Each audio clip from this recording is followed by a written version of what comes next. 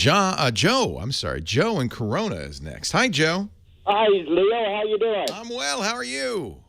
I've been better, but I've been worse, so I guess I'm all right. I'm feeling pretty good myself. Good. And fine fettle. I want to say that your show today is just outstanding. Thank you. You have touched on so many subjects that are dear to my heart. Electric vehicles, raised floors, security. You must be an engineer. Well, yeah, I retired from Boeing, so somehow I knew that.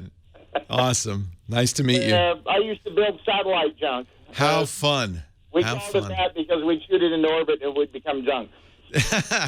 That's another great subject. I love talking about space as well. We live in amazing times. We do. It's so easy to take it for granted. Can likely say that I have items in orbit that have my initials in them somewhere. How fun is that? I think it's fun. That's awesome. Anyway, I heard something about virus protection on Windows 10 being adequate the way it's set up rather than having an external McAfee, yes. something like that. So what I really don't like, we get a lot of calls from people who either get free trials of McAfee or Norton, or they decide, oh, I've heard over and over again, I have to have an antivirus, and they put them on. And what I really don't like about a lot of the security software is it actually adds a security flaw. For instance, Symantec, Norton's antivirus, we learned actually made systems less secure, had a severe flaw in it. At best, it will slow you down, block stuff you don't need. And fortunately, Microsoft, I think they took their time on this. They didn't want to put these antivirus companies out of business, but they knew ultimately it's their responsibility to protect their users. So it slowly worked its way up to this point. At first, they offered a free antivirus called Security Essentials. Then they kind of bundled anti-spyware into Windows 8 called Defender. Now, at this point in Windows 10, it comes with an antivirus. It comes with anti-spyware. And the other thing that's which is fine. It's lightweight, doesn't bog you down, doesn't get in your way. It's from Microsoft, and it's free. It's there. You already have it. You don't even have to do anything about it. The other thing that's changed is viruses don't work the same way they used to. Because Microsoft has done a good job patching Windows, protecting you, viruses no longer work. You know, remember they used to you'd get one on a floppy disk, or you'd inadvertently download one and it would take over your machine. They don't do that anymore. They change them fast. Antivirus companies can't keep up with the signatures. Really, what you protect yourself now, no antivirus can do what you can do to protect yourself. So I tell people you don't need an antivirus, but you do need to make sure you update regularly, and not just Windows, but anything that goes on the internet, Flash, your browser, all of that stuff. And most of these companies now are updating automatically, regularly to prevent these problems. Now, this virus protection that's built in, is it good for any of the browsers, Edge? Yeah, it protects you universally. But again, nothing protects you.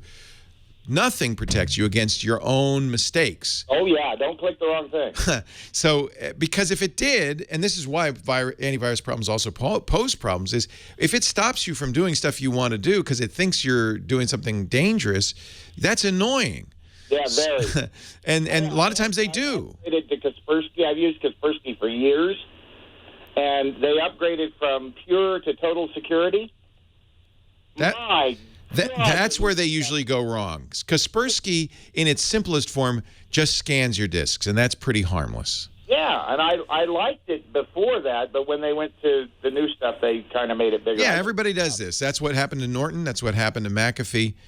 Don't get those big security suites. Those are dangerous. Yeah, bloatware. Bloatware. So you're fine. You just have to make sure you understand the critical rules of protecting yourself online. And number one is update.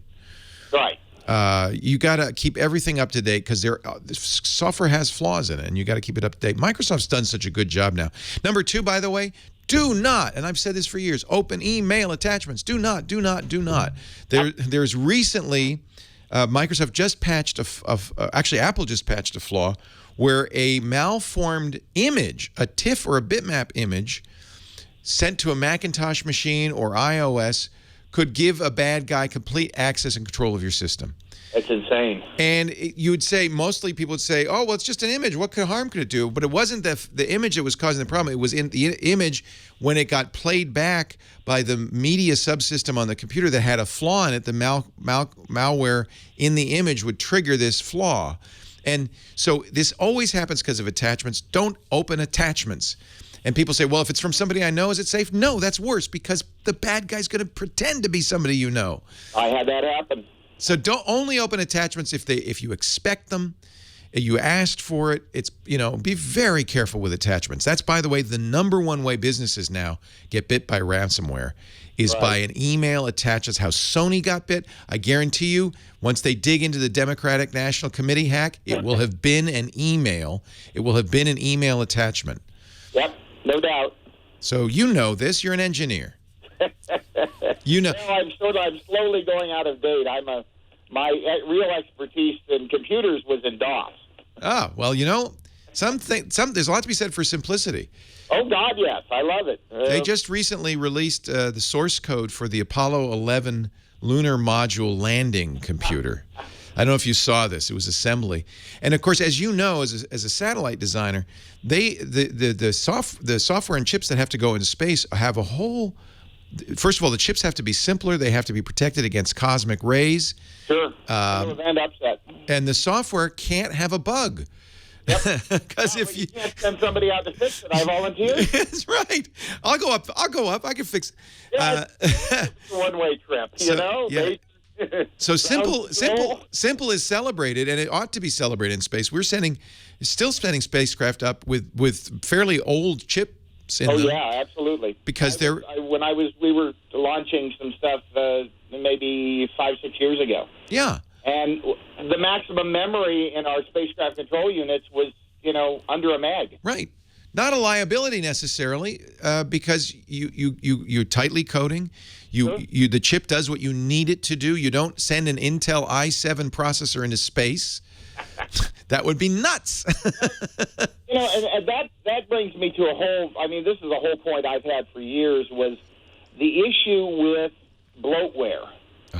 And if we had run into the quantum limit, which we sort of did when the Pentiums started... yeah, remember they couldn't make a 4 gigahertz titanium. It flopped, yeah. Exactly. If we had run into the memory limit and the processor speed limit earlier, we would be writing so much better code. I agree. We would have, if your maximum hard drive was still 20 megabytes, we'd be doing everything we're doing now. We'd just be doing it with much better code. There's a lot that can be done to make our software safer. Certainly, if you're running a computer, you should be very aware of overly complex stuff. I'm kind of a fan of, and increasingly a fan of, the Unix philosophy, which is absolutely. Each program does one thing. Does it very well, and then it moves on. And you can chain programs together if you want more complex things. You can, in effect, build your own more complex engine. But just do one thing well. It's easier to debug. It's easier to verify. It's easier to maintain. It used to be that was the philosophy in programming. And that's right. In basic programming, it's if-then. Do one thing, do it, move on to the next thing. It would almost be nice to reboot and refactor, but of course we're not going to be able to do that. So, yeah. Hey, it was great talking to you. Great talking to you, and thank you for your help on this. It's what I needed to hear. Thank you, Joe. Have a great day. Stay safe on the internet. Leo Laporte, the Tech Guy.